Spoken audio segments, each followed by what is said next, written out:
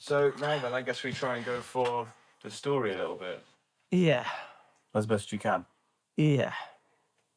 If you're feeling good about it. Yeah. I just don't know where to start.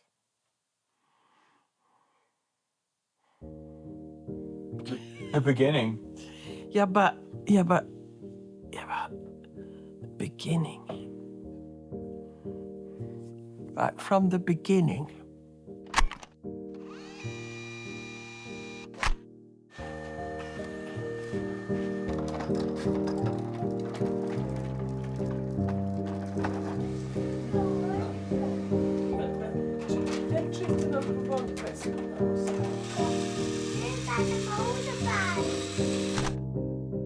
It was a very, very easy pregnancy. Easy going. But when we came to the end of it, Tristan decided to wait several times. I was even sent home. And I guess that continued to be Tristan's story a bit, mañana, mañana, at least while we were growing up. Very easygoing. Him being born was also very easy. Those big blue eyes. Yeah, it was an instant bond that was there from the beginning.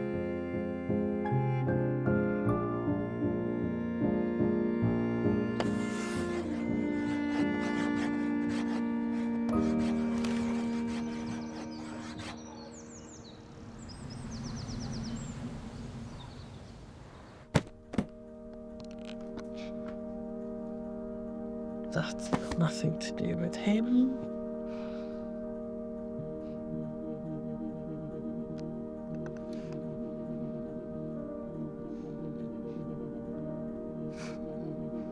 Some associated lake, which shows my ignorance when it comes to evil quite quickly. Become extremely chubby.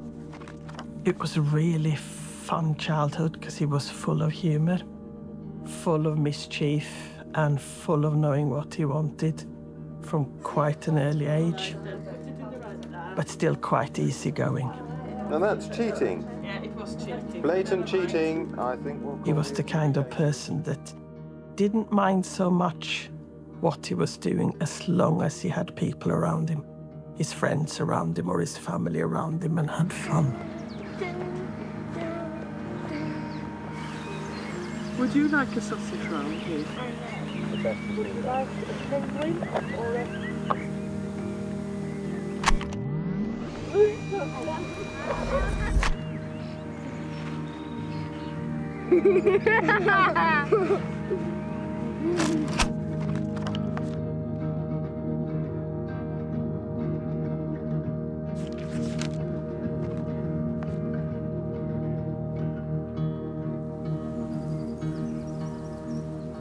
Got a good memory generally, but for events in my life, it's a bit shit. Even as an adult, I tend to remember them out of order. In a lot of detail now, but out of order. And if you go back to before I'm 18, there isn't much. So I wish I could give you more narrative detail about Tristan as a child. We played very inventively. I mean, I've watched some home videos that Dad's been putting onto a memory stick. And there's this one where we're at the table and just sort of like coming up with massive narratives of what happened to particular, I think, Crash Bandicoot characters we were pretending to be. Yeah. It was, you know, it was a treat to grow up with him, really.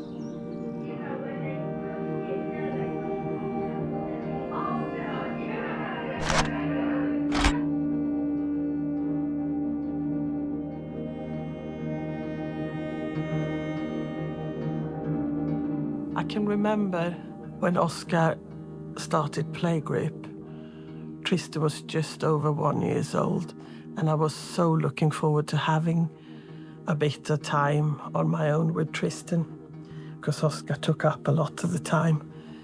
And we got home and I had all these plans, and he just put his hand up and said, "On my own, on my own and took his postman Pat with him and sat in a corner on his own and didn't want to interact with me at all. He just enjoyed the peace for those 2 or so hours.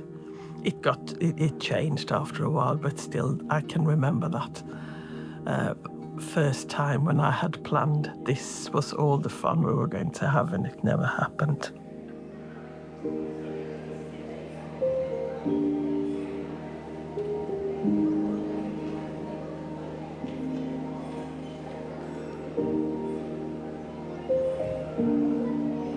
I remember being at my mother's, as you call Granny. You know, we had, on the driveway, we set up some Skittles. And the way that he laughed and he ran with his Skittles and he'd put one up and then he'd take the ball and he'd knock one over and he'd run in, you know, like with his little legs. And this sounds a very strange thing to say about someone so small, but he worked with you. I actually sense he was having playtime with me. And even then he'd be caring that I had my go, and he would shine his smiley face at me. Crazy, you know, at such a small age. There was a real beauty in that.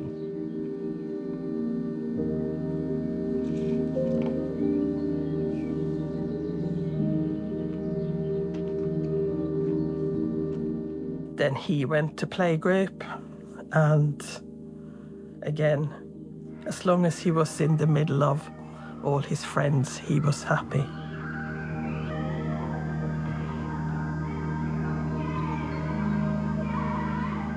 And that was the start of Tristan's life, really.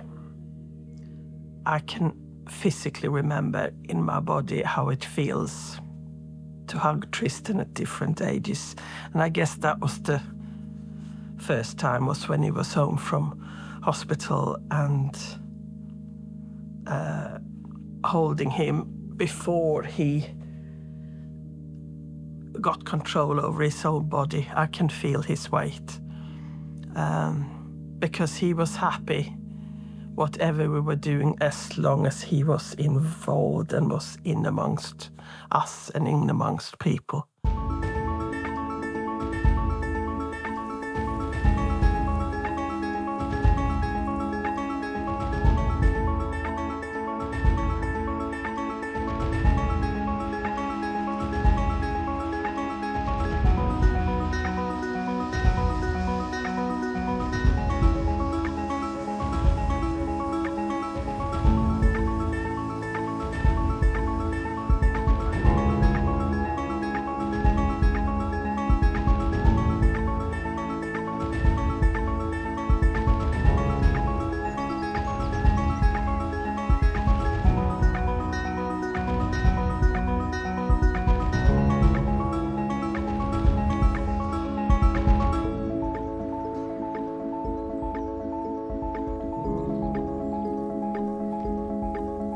It was pretty good going up here. It's quite a safe place in comparison to some other places, you know. It's quite, you can sort of get on as kids, you know. Not much bother about, really. It's got a bit of a reputation for being quite posh anyway, so I guess that's lives up to that reputation to a certain extent, but probably not what everybody perceives it as, you know. We're not Harrogate. It's not really posh.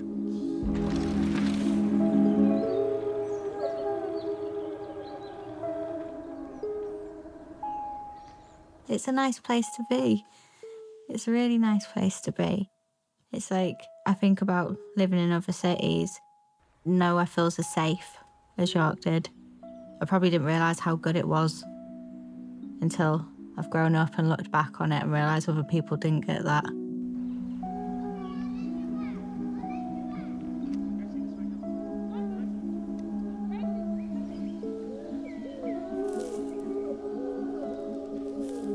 He started school, and it was the same there. He wasn't too interested in the schoolwork. He was interested in being with his friends. And that's the way it continued, really. And all was good.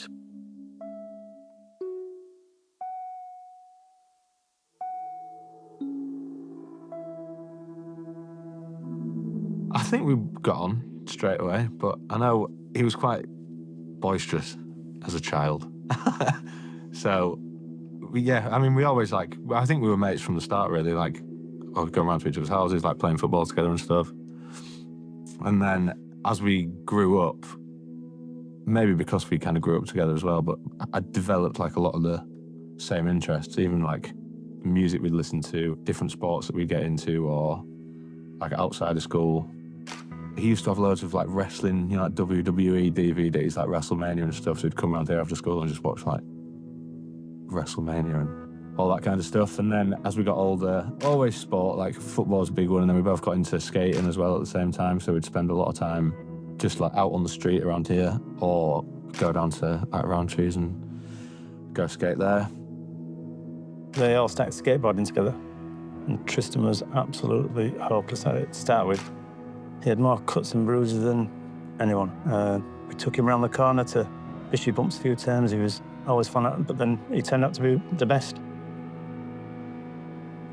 Better than the rest of them.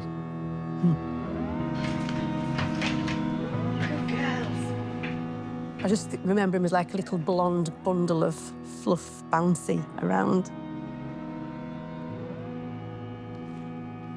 And then grew up with long arms, long legs, and still blonde and bouncy and fluffy.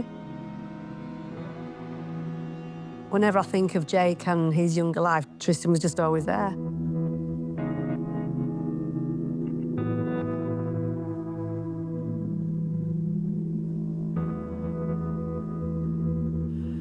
Then we got to secondary school, and I guess that's when life started to get a bit more complicated for Tristan.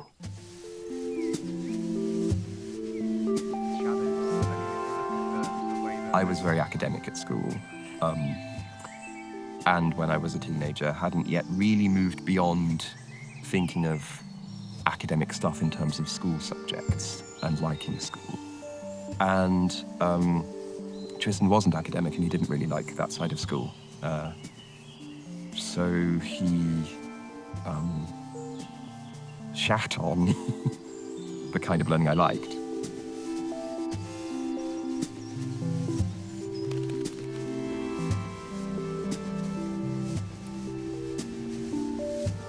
When did we start school? 2008, 2009, something like that. So that's when I first met him in my form. Hello, you're right. Go for a steak pie, please. Standard. Lovely. Instantly stood out. Big hair, white frizzy blonde hair. And yeah, instantly gelled to him. Same sort of humour to me. Loud, brash, good chap. Instantly liked him. So this is what you want after you've had double history on a Wednesday morning. It's a shame about the energy drinks, they don't have that.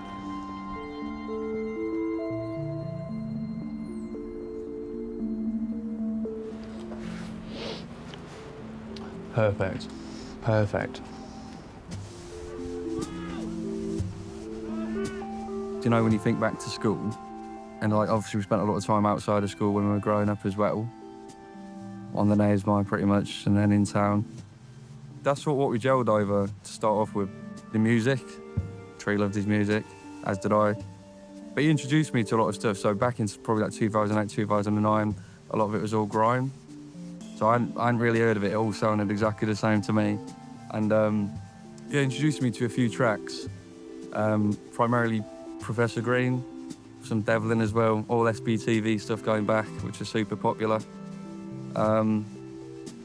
Yeah, man, we had pretty much the same taste of music. And our friendship group at the time, we all really liked that stuff. So he actually introduced me to this one particular artist called Most Def. Don't know if you know Most Def. It's class. Black on Both Sides. It's my favourite album ever. It is my #1 favourite album ever. And he showed me one song from it. It's called Mathematics. So every time I put that song on by Most Def, Mathematics, I always think it's room. Absolute belter of a song if you haven't listened to it as well, by the way.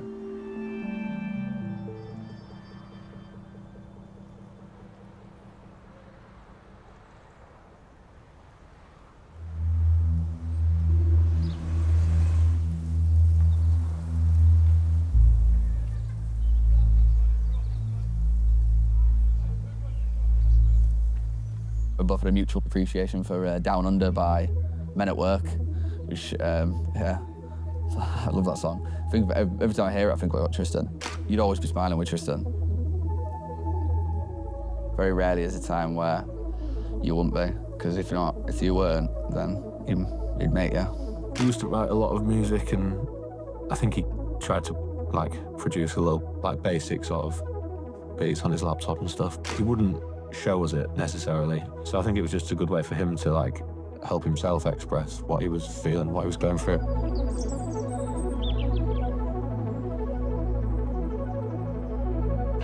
Tristan, get back here now. Go on, Mush. That party last night, I don't remember. Let's get drunk. Till we're gone. Everybody's chucking beer when the hook come on. Boots on my bedroom floor. What they want with Rascal, I'm not sure. Coming to the station. 8:30. Horrified that I had reason. And that was nowhere and told on me. Can't understand why these boys keep snitching. Can't understand why these girls keep bitching. Now I'm hot-tempered. That's how the fuck it goes down, man. Just sort of lit up the room, whatever room he walked into, or place he walked into. It was brilliant fun. It was, yeah, probably one of the closest friends I've ever had. Like my mum said, he's reliable. He was just a good friend, just a good person to know. Yeah, always had your back, always, yeah. He's helped me through some tough times myself. That's, as a parent, that's all you ask for, really. He was very talented, do you know what I mean? He was good with his lyrics. There was no sort of underneath with Tristan. You didn't, he was there. If he could be there, you knew that he would be there. I think it was hilarious. He was just so funny. But most of that was at somebody else's expense as well. He's normally taking a piss out of somebody or winding somebody up. He used to sit behind me and always would be like pulling me from my chair or throwing something at my head. And that's like the main bulk of my memory. JD Wadey, like. Teenage boys can be a bit too mean sometimes, or a bit, make you feel a bit stupid, or, yeah, I never got that once. It's just this person with so much energy that was just always finding the joke in a situation. Like, for me, he found a lot of fun in taking the piss out of me. And he did that with everyone, though, you know, but that was like, he just, anytime you were around him, it would just be, you know, he'd be making up songs, and then those songs would carry through for like the rest of your like time in school with him. That was your song now, he's made one for you. Or he would be just, I don't know, just so much energy and so much happiness. It was just fun to be around him.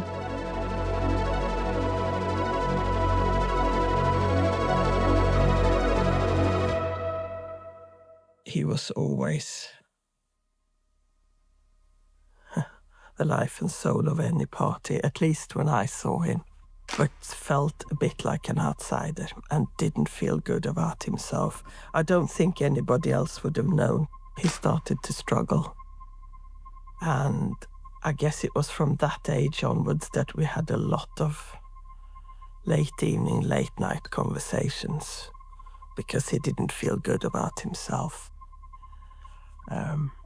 And he worried about everybody around him.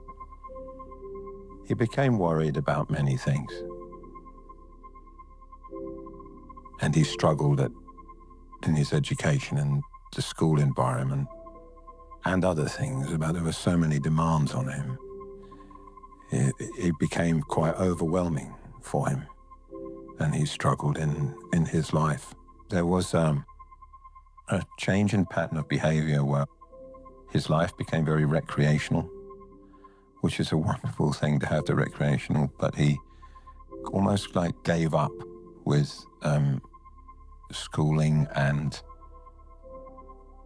application, where you had to apply yourself to things.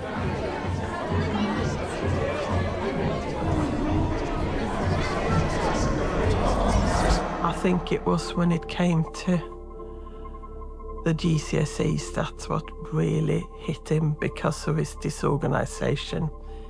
He went to the wrong exam and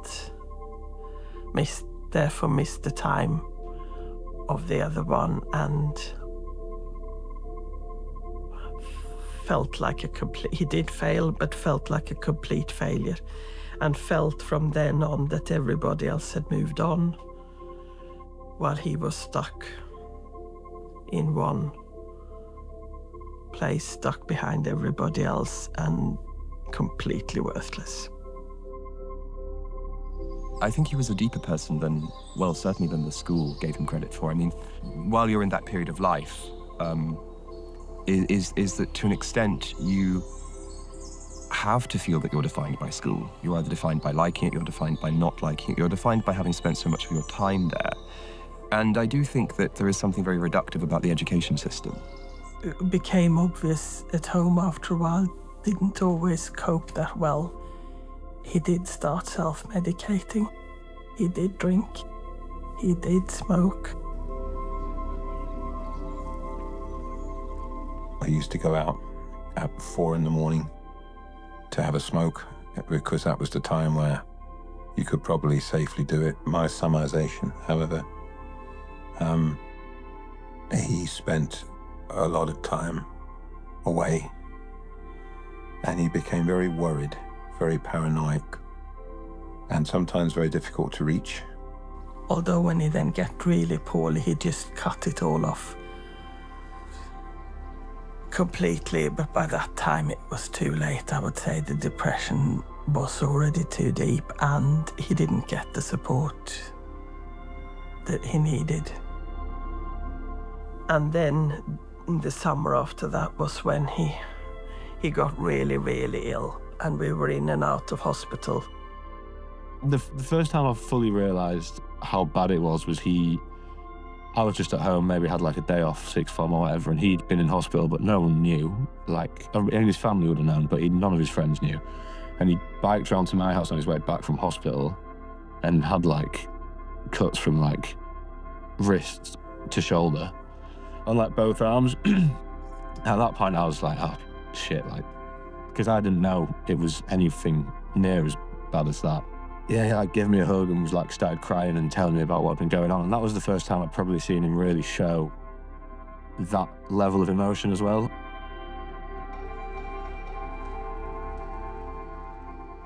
He was just isolating himself and not answering phone calls, not answering texts, not coming out with the boys, and, you know. Yeah, that's probably it. Lots of people didn't realise. There's like a really core memory of he wanted to go play football with the boys, and then none of them had known that it wasn't okay. And I remember he came out and I'm pretty sure he had his pyjamas on underneath his clothes, because it must have, I think he was at a point where it was a lot to do the basics. You know, it was a lot, it took everything. And one of the lads asked him, like, are you all right? And it broke him, like, for the next however long, like, after we left. You know, I remember just watching them all play football, and then me and Tristan left, and he was like, he asked me if I was okay. Do you think he knows? Does he? And it, like, really, really tore him apart.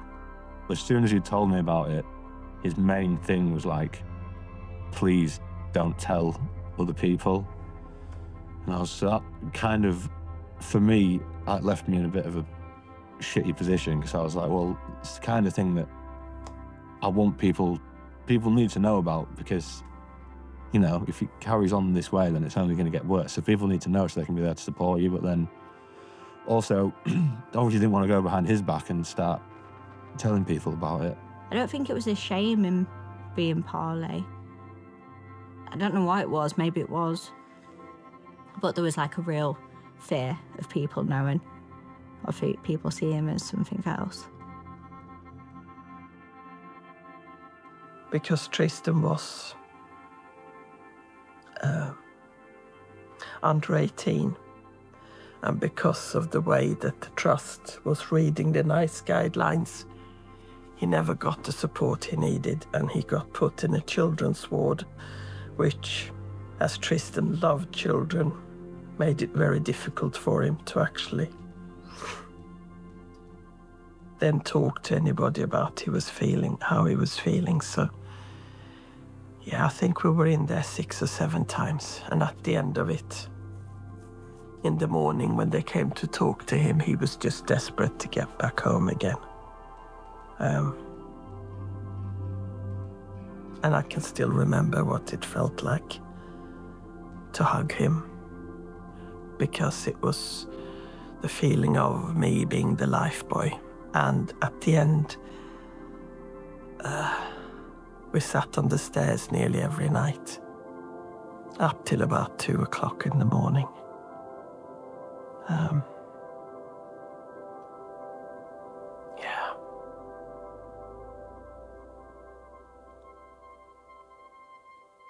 And then he decided he couldn't cope any longer.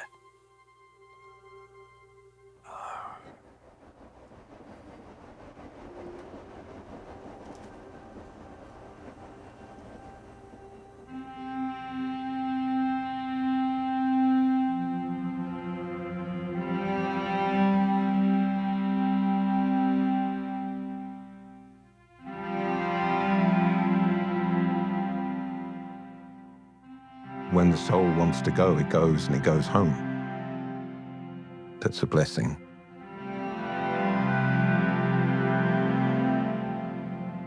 And we're all going to go home one day.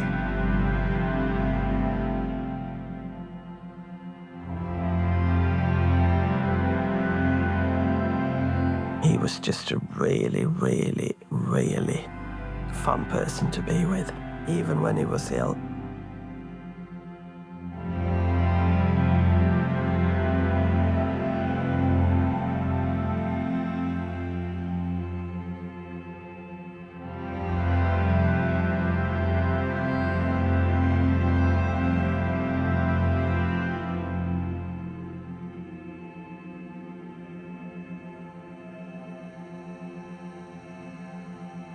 And I will always miss him.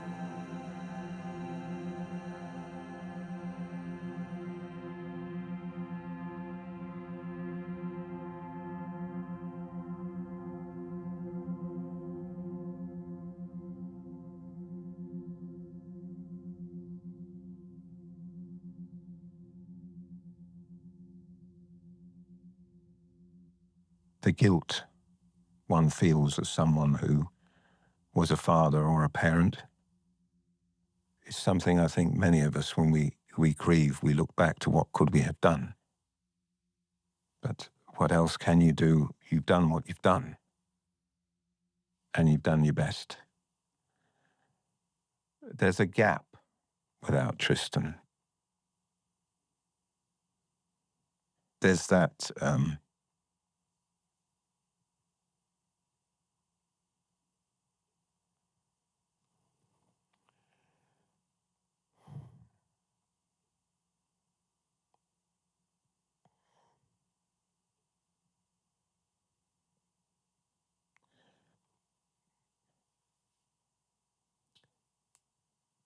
there's a huge something missing.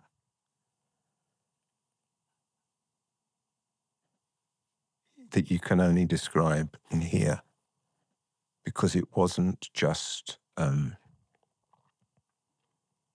person-to-person love. Yeah, it was pure, soulful, that's the word. He was a true gift. Yeah.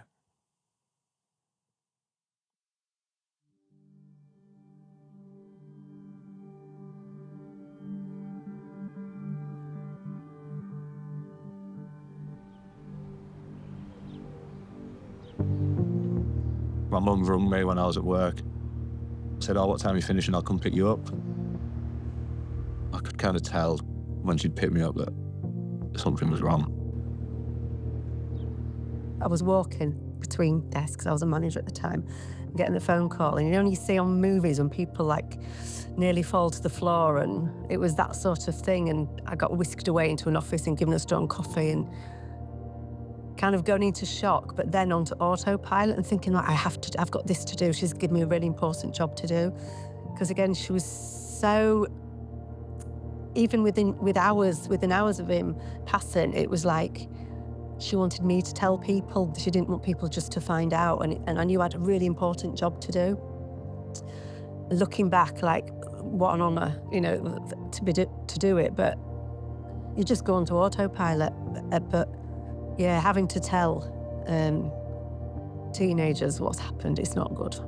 Yeah, it wasn't. Yeah, that wasn't good.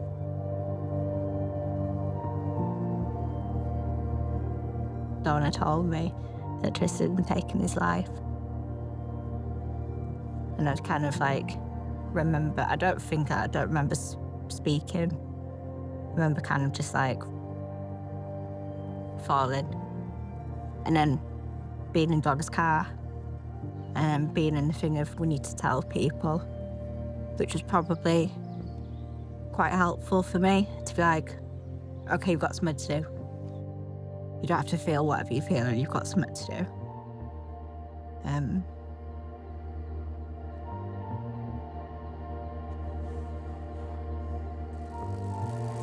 I got this call saying, he's come to Hobmar, it's about Tristan. And I sprang from Stoneboat, non-stop, the longest I'd ever run at that point, to Hobmar. I got there and I saw everybody stood in a circle. Everybody was really upset. And at that point, I sort of knew him. I just broke down. Like, literally fell to the floor.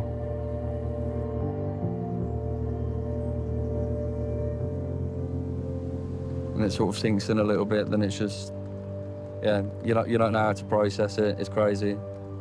And again, I'd just seen him, I think it was only the week before, just leafleting, like not long ago. To that. Yeah, crazy, crazy, man.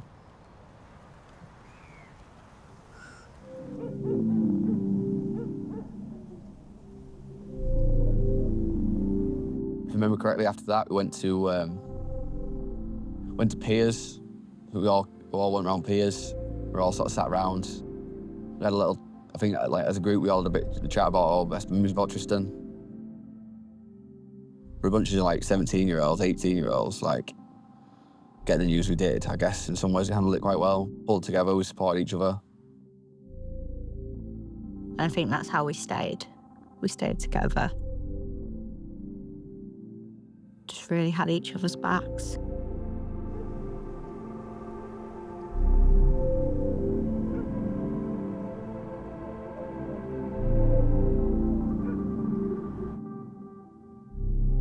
The void that he left was immense, because the energy and the beauty of Tristan was something that, as we were saying earlier, you could feel.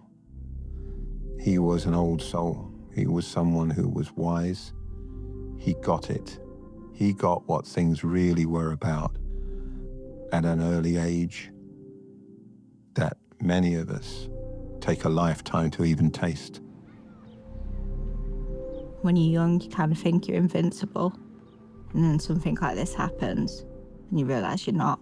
And that's a huge moment in your life when you get to that place and you realise that and things feel different. It's like we were forced into that in a way. It changes. It changes, yeah. He wrote to me before he died because he was worried about all his friends. And he wrote to me that he wanted me to, as much as I could, make sure that they were okay. Because he was worried that a lot of them were feeling a similar way to what he was feeling. In a way, he sort of saved my life because I decided to go by what he asked, but take that a bit wider. So after a couple of years, after all my absolutely lovely, life-saving friends had walked for miles with me and sat listening to me going over the same thing again and again. I decided to use my experiences in a way that, well, he had asked me to do. So I volunteered for Samaritans, and I'm still a listening volunteer for the Samaritans. But I also started a journey for myself to find out a little bit more. So I started to find out more about counselling. I went to counselling myself. That was one of the first steps. I had quite a long period of counselling just to get through it. No, that's the wrong phrase. You don't get through it, but you learn to cope with it. And then I started just for myself, but I then continued and in the end got a counselling qualification. So when I look at it, he has helped me turn my life into what I always have wanted it to be. But of course, if I could choose, I would far rather have him here and still live a life on the hamster wheel like I did back then. Wasn't really aware of what mental health was at the time, to be honest. Like, I was only a 16, 17-year-old lad, I had no idea. As a group, we all learned the hard way of the impact of it. I couldn't sit here and say that everybody in that group is open, because I can guarantee that there'll be one person in that group that feels or has felt similar and that hasn't opened up. But it's not putting that pressure on ourselves, and all we can do is make that environment as comfortable for people to speak in, so that if they didn't feel like that, I guess they can talk about it. Obviously, after that, I feel like we spoke about it more anyway, because it was something that was like recent and like relevant in sort of to all of us. And then I think because of that, people just would be more comfortable kind of talking about their own situation. So it wasn't necessarily something where I would say now, like, I can pick up, you know what I mean? It's not that I would say that it maybe made it easier to pick up on stuff, but it just made it easier to, like, you wouldn't feel like out of place or like you were overstepping a boundary asking someone like, are you okay, basically. It's quite a big emotional experience to be having as young people, to try and figure out those emotions and witness those emotions. That was really hard. Yeah, to watch that, not only our friends but Pia and... Yeah. And I think I feel the same as you, totally, in the sense of you're grieving massively yourself, but then seeing them, people that we care about so dearly as well. Yeah. That was very affecting. For me, my first instinct is what it usually is that kind of, well, action. What can I do? And I think a lot of people get that when someone dies. It's that thing of like, well, what can I do? If I can do something, I'm probably still doing that. But, so we started doing things. We started raising money. We did a clothing swap. We did a bake sale. And then came the walk. The walk is a very special thing. We all had these T-shirts with Tristan on the back of it. Still got mine. There must have been at least 30 people, 25, 30 people all stood outside the bar walls. I remember us being in, there's a big picture of us all in the car park. Everyone had the T-shirts, and it was just amazing, like all of us walking together. Not just people that went to school with him, but mums and dads and Tristan's family, brothers of friends that went to school with him. Like, there was just an array of people that obviously empathised, I guess.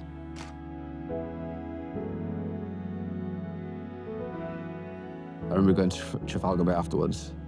That's the pub we used to always go to when we were younger, because, you know, they weren't very vigorous on checking IDs. having everybody there, it was absolutely rammed. And it wasn't just like our friends, it was all the parents as well. So it was an eclectic mix of different people. Coming up to 10 years on now. And it's still a full pub at the end of it.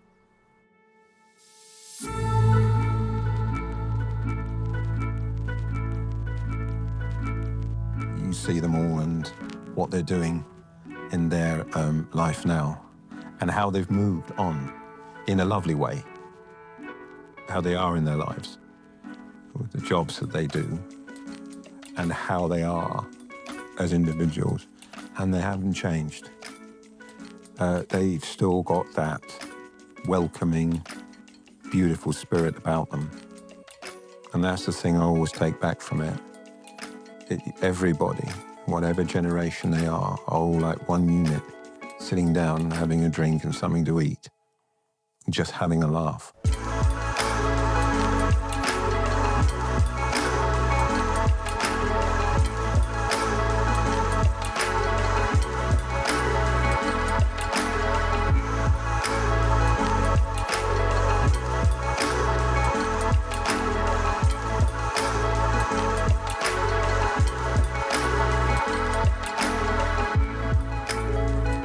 I think the walk has grown into something completely different that we've also got Tristan to thank for, in an odd way.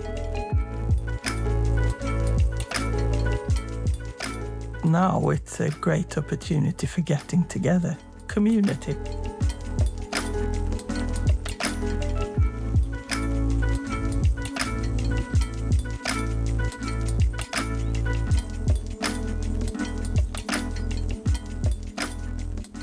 There's that piece of good, I would say, like reconnecting with people.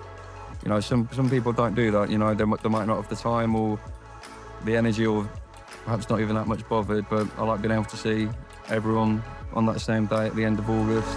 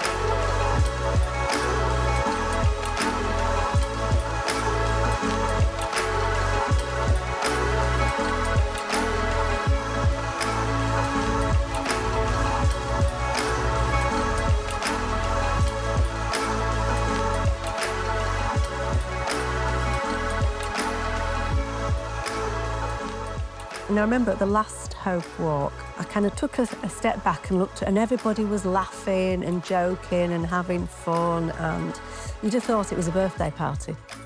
And I just looked at her and I said, "Are you all right with this?" And she went, "I absolutely more than fine with this. This is what I want, this is what I need, it's what keeps me going."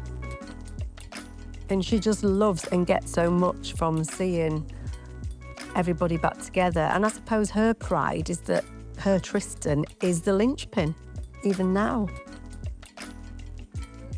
Because nobody makes them come back. There's no pressure, but they all come back, like little homing pigeons. And for Pierre, that must be nice to know that they're back for one reason, for one person.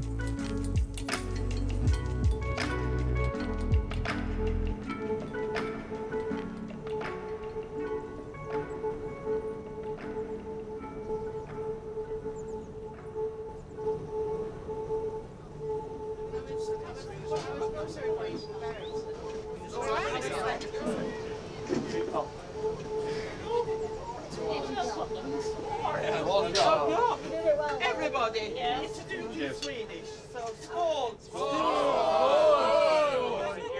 Salty! That's French.